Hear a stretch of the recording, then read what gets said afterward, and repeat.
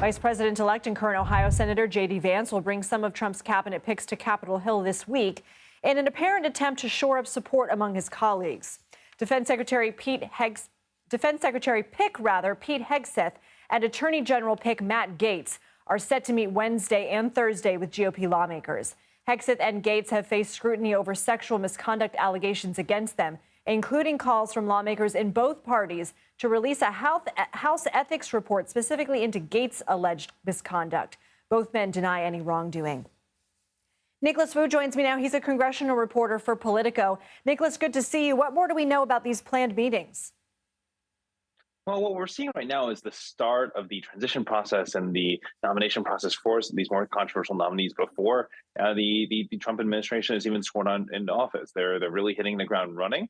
The question is just how exactly these nominees will fare in these closed-door meetings. Of course, Vance is a very familiar face to a lot of senators, and Gaetz, it is very much a lightning rod on Capitol Hill.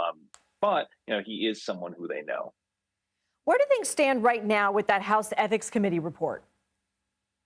The House Ethics Committee, which we have to remember is evenly divided between Democrats and Republicans, is set to meet tomorrow. And what could happen there is that they could vote to release this report, or they could punt this or find some other way to release their findings to the Senate Judiciary Committee. The question is just whether a Republican member of that panel will cross over to join Democrats if such a vote comes up, because we're expecting all Democrats to vote in favor of release if that vote is teed up. And of course, the way the math goes, it will only take one Republican.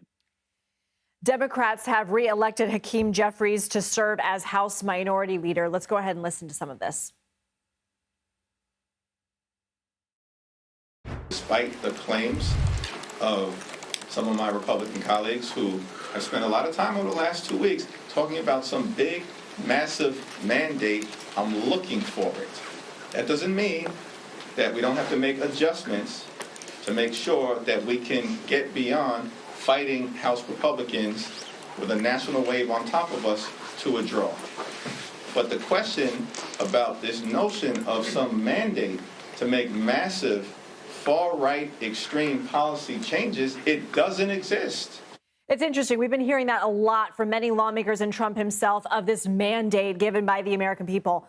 What will Jeffries' task be with the incoming Congress?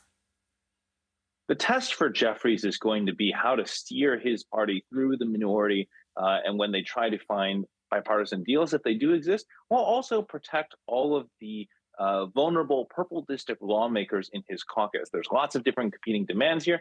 This is only his second term as the House Minority Leader. But it'll be his first one under Trump. And so a question for him is going to be how he'll handle his relationship with Trump and Democratic lawmakers. Remember, years back, Pelosi was very much a foil to Trump. She was the face of the anti-Trump resistance. It's a question now of how Jeffries chooses to play that relationship. Republican Congresswoman Nancy Mace from South Carolina introduced a resolution to ban transgender women from using women's restrooms in the Capitol. She said it was, quote, absolutely a response to the election of Democrat Sarah McBride, who will be the first openly transgender person in Congress. So I'm absolutely 100% going to stand in the way of any man who wants to be in a women's restroom, in our locker rooms, in our changing rooms. I will be there fighting you every step of the way. I'm working on legislation that would ban it on federal property. I'm working on legislation if you are a school that is funded by the federal government. This shouldn't go on. McBride called the resolution a, quote, blatant attempt from far right-wing extremists to distract from the fact that they have no real solutions to what Americans are facing. Does Mace have support for this? That remains to be seen. Speaker Mike Johnson has been non-committal on what he'll actually do with this legislation. Republicans are putting together this rules package that will govern how the House operates for the next year, and for the next Congress, and Mace has indicated she wants to try to insert it into that. But Johnson said today that although basically he wanted to try to treat people with dignity and to try to make accommodations for folks. So we'll see how he handles this particular provision. Okay, Nicholas Wu, thank you. Thank you.